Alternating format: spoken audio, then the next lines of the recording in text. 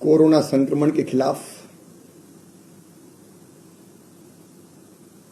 लगातार युद्ध जारी है। मैं प्रदेश की जनता का आभार प्रकट करता हूं। उन्होंने कोरोना कर्फ्यू लगाया। ये कोरोना कर्फ्यू जनता का, जनता के लिए, जनता के द्वारा है और इस कोरोना कर्फ्यू के सुपरिणाम अब सामने आने लगे हैं। मध्य प्रदेश की पॉजिटिविटी रेट 25% तक पहुंच गई थी। इस बढ़ती हुई दर को थामने में हम सफल हुए हैं और अब ये धीरे धीरे घटने लगी है। लगभग 23% का ये पॉजिटिविटी रेट रही। आज हमने एक रणनीति और बनाई है। जिन शहरों में, गांवों में हॉट स्पॉट है,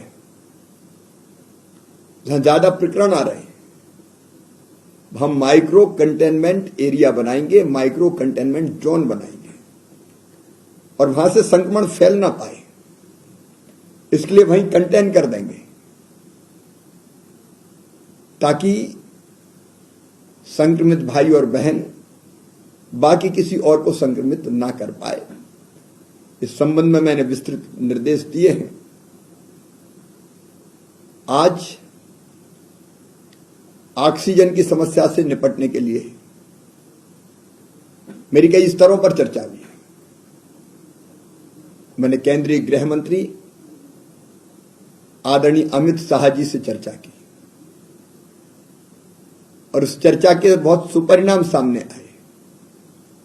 मुख्य रूप से ये चर्चा हुई कि कैसे ऑक्सीजन के टैंकर या एयर फोर्स के विमान से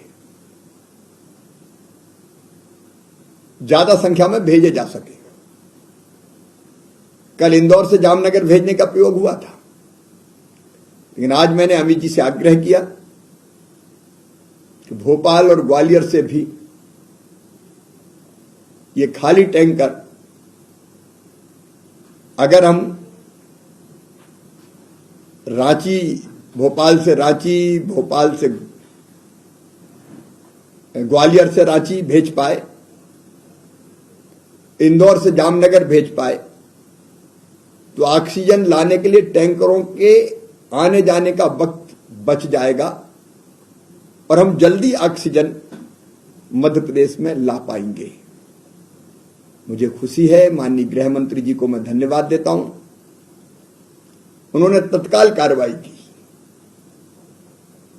और उसका परिणाम है कि अब हम भोपाल और ग्वालियर से भी खाली टैंकर रांची और जामनगर भेजेंगे।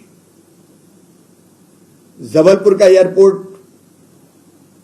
थोड़ा छोटा है, जबलपुर का भी हमने प्रपोजल दिया था, लेकिन वहां एयरफोर्स के विमान लैंड करने में अभी दिक्कत आ रही है। हमने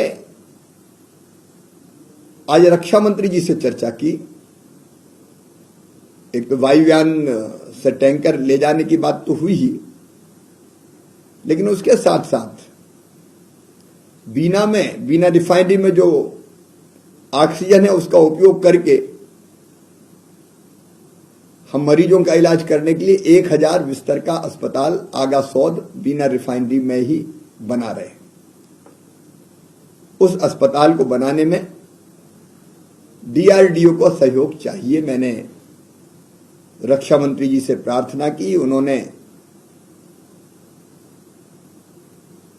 हमें वचन दिया कि डीआरडीओ इसमें पूरा सहयोग करेगा। अस्पताल के निर्माण का काम प्रारंभ कर दिया गया है।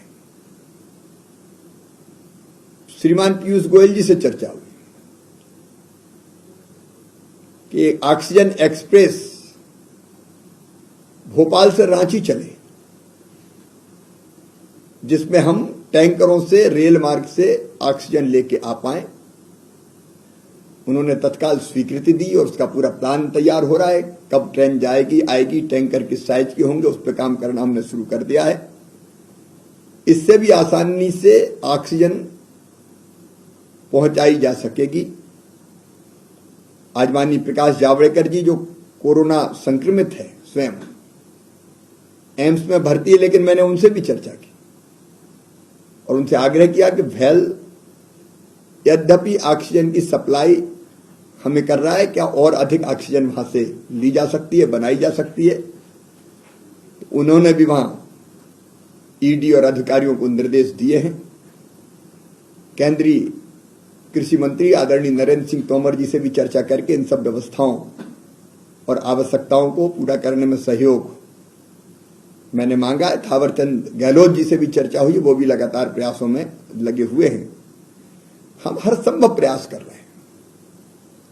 मैंने फिक्की के माध्यम से उद्योगपतियों से भी चर्चा की, अलग अलग ऑक्सीजन के प्लांट निर्माण के लिए, ऑक्सीजन कंसंट्रेटर इत्यादि की आपूर्ति के लिए, कम समय में कैसे ऑक्सीजन प्लांट बन सकते हैं इसके लिए, और बाकी व्यवस्थाओं के लिए, दवाइयों के लिए उनसे भी सहयोग मांगा है।